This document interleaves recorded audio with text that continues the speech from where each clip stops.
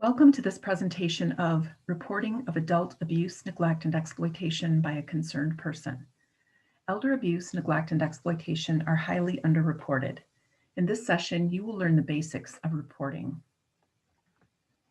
As a concerned person, have you ever seen something and didn't know what to do? Been worried about a friend, family member, or neighbor? Had a gut feeling that something wasn't right? Wondered what to do if someone is being hurt, not well cared for, or being taken advantage of? Or wondered how to help a person stay safe? What do you think makes a person vulnerable or at risk for abuse, neglect, and/or exploitation? There are certain factors that make a person more vulnerable. These include, but are not limited to, someone who has physical impairments or cognitive limitations, someone who is dependent on others or is demanding or verbally abusive, someone who has complex and challenging needs, and someone who is isolated or isolates themselves. It is important to note that even though these may put someone more at risk, a person is never at fault for being abused, neglected, or exploited. Who is a vulnerable adult? Someone who is 18 or older and has mental or physical impairment or advanced age and is unable to protect him or herself from abuse, neglect, or exploitation. Abuse may be defined as harm or threatened harm to an adult's health or welfare caused by another person. Neglect includes the conduct of a person who assumes responsibility for a significant aspect of the adult's health or welfare and fails to provide for that person. The following are definitions of different types of abuse by the National Center on Law and Elder Rights, also known as NCLR. Physical abuse is inflicting or threatening to inflict physical pain or injury on a vulnerable elder or depriving them of a basic need. Emotional abuse is inflicting mental pain, anguish, or distress on an elder person through verbal or nonverbal acts. Sexual abuse is non-consensual sexual contact of any kind and or coercing an elder to witness sexual behaviors. Neglect is the refusal or failure by those responsible to provide food, shelter, healthcare, or protection for a vulnerable elder. Exploitation is the illegal taking, misuse, or concealment of funds, property, or assets of a vulnerable elder. Abandonment is the desertion of a vulnerable elder by anyone who has assumed the responsibility for care or custody of that person. Don't worry about knowing the exact definitions of the different types of abuse, neglect, and exploitation. If you believe these things are happening, you can report it to trained professionals by calling 855-444-3911. This toll-free number is known as Michigan Department of Health and Human Services Centralized Intake. We will discuss reporting in more detail later in this presentation. Next, we will discuss recognizing the signs and symptoms of abuse, neglect, or exploitation. Physical abuse means inflicting or threatening physical pain or injury on a vulnerable adult or depriving them of basic needs.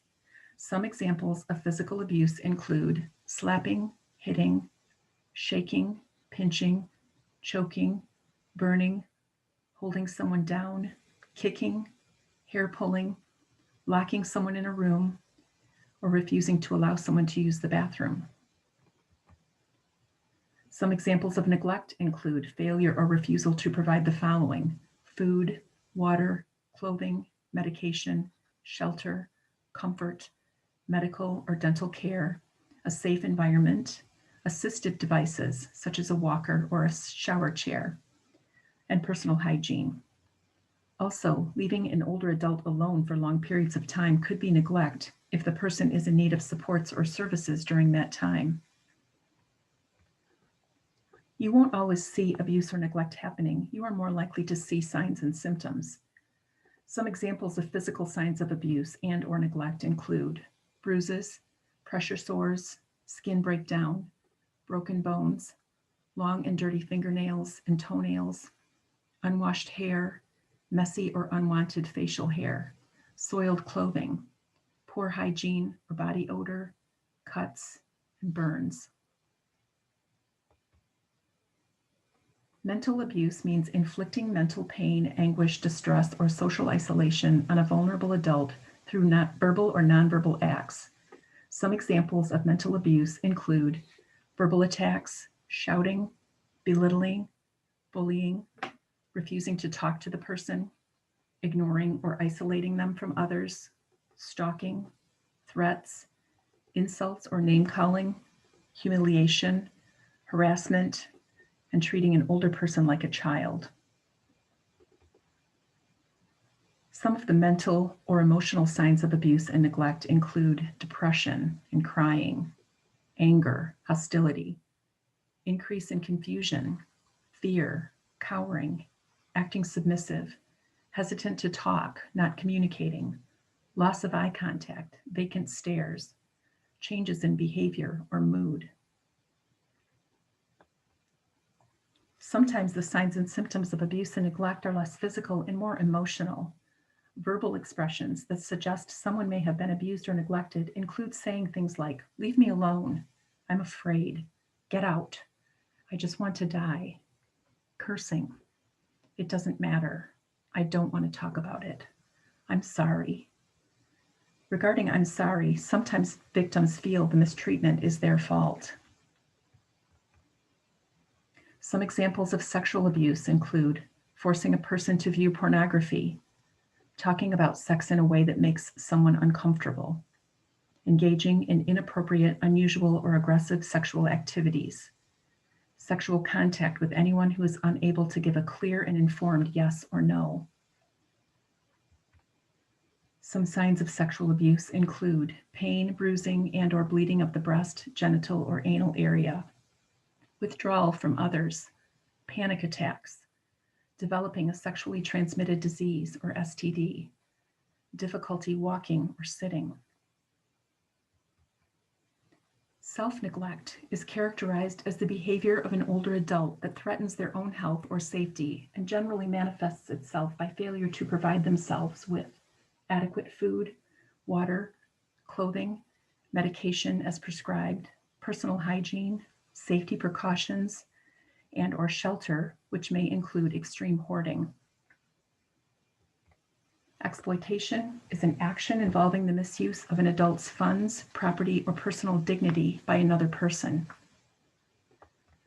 Examples of exploitation include scams and fraud, pressuring someone to perform financial transactions, pretending to be someone else to obtain goods or money, taking or selling items of value without permission, keeping information about someone's money away from them, for example, bank statements, transfer of property without a person's knowledge.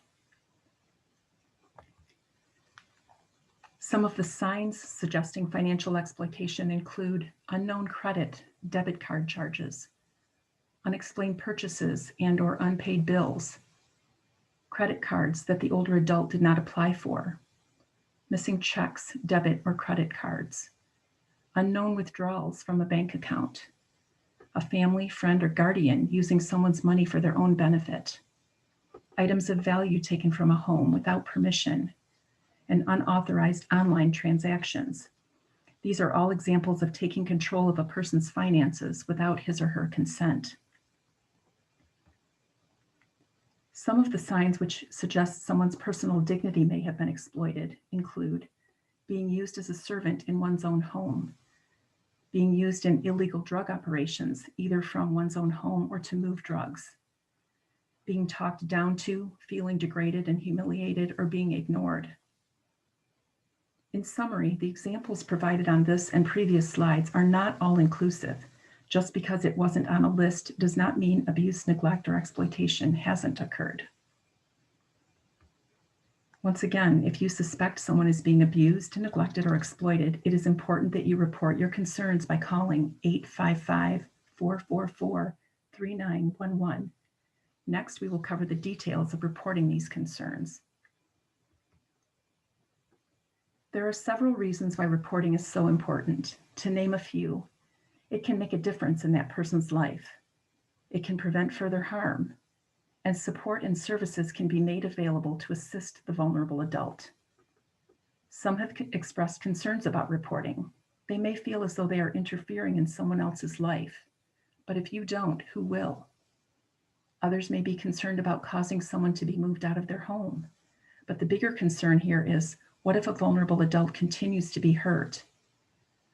And some are concerned that their identity will be revealed when making a report. But when making a report, the referral source, including the person's name, is kept confidential. Required information you will be asked includes the name of the adult, the address where that person is living, a description of the abuse, neglect, or exploitation, and the cause and manner of the alleged abuse, neglect, or exploitation. Cause and manner means what actually took place and what you witnessed or suspect, including the who, what, where, when, and why you suspect the abuse, neglect, or exploitation. Information to provide if available includes the adult's age, date of birth, contact information for next of kin, others residing in the home and the relationship to the adult, and the alleged person causing harm. It's important to just state the facts when making a report. It is known that elder abuse is underreported. In order to protect vulnerable adults, please report your suspicions. Your role is to report when you witness or see signs that abuse, neglect, or exploitation may have occurred. Trust your gut. You are not required to tell that person that you are making a report. Your job is to simply state the facts as you know them. Report the details of who was involved, what happened, when, and where the incident occurred. Your role is not to investigate or draw conclusions. Your responsibility is to report the facts. Contact Adult Protective Services, or APS, to report suspected abuse, neglect, and/or exploitation. Adult Protective Services is a social services program provided by state government serving adults aged 18 and older that have mental or physical impairment or advanced age and are unable to protect themselves from abuse, neglect, or exploitation. APS is limited in what they can do by state laws, available resources, and often by what services the adult agrees to participate in. APS is required to complete an investigation. However, that person has a right to refuse any services APS may suggest to assist him or her. For instance, APS cannot involuntarily remove an adult from his or her home, and that person may even choose to remain in an unsafe, unhealthy, or unclean environment. APS has the responsibility to examine all aspects of reported maltreatment. APS identifies safety concerns and community resources tailored to that adult's needs and circumstances. You will be notified by letter if the report is assigned or denied. If the report is assigned, APS will begin investigation within 24 hours. You may be contacted for further information. And remember, your identity when making a report is kept confidential. The good faith clause provides immunity from civil liability, which protects those who make a referral to Adult Protective Services from being sued. The good faith clause also protects the person from retaliation, including being fired from his or her job. It takes courage to stand up for vulnerable adults, and your efforts are appreciated.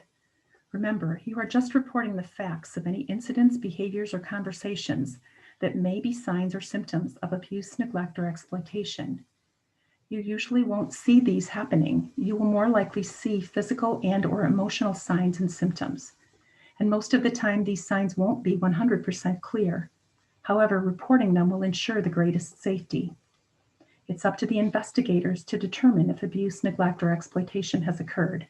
It's important to do the right thing by reporting your suspicions. Now let's talk about prevention. How can we help prevent abuse, neglect, and exploitation? Listen to at-risk adults and their caregivers to understand their challenges and provide support. Educate yourself and others about how to recognize and report elder abuse. Learn how the signs of elder abuse differ from the normal aging process. And check in often on at-risk adults who may have few friends and family members. In case of emergency situations, first call 911. To reach APS, call centralized intake 24/7 to report abuse, neglect, and/or exploitation of a vulnerable adult. The toll-free number is 855-444-3911. Please note that centralized intake has linguistic resources available for those making a report who are deaf or hard of hearing, as well as those who are non-English speakers. Best practice would be to program this toll-free number into your electronic devices so it is readily available should you need it. Thank you for your participation in this training module. For more information, visit both the Adult Protective Services and the Attorney General's Elder Abuse Initiative's web pages. These resource links are provided in a slide below this training video.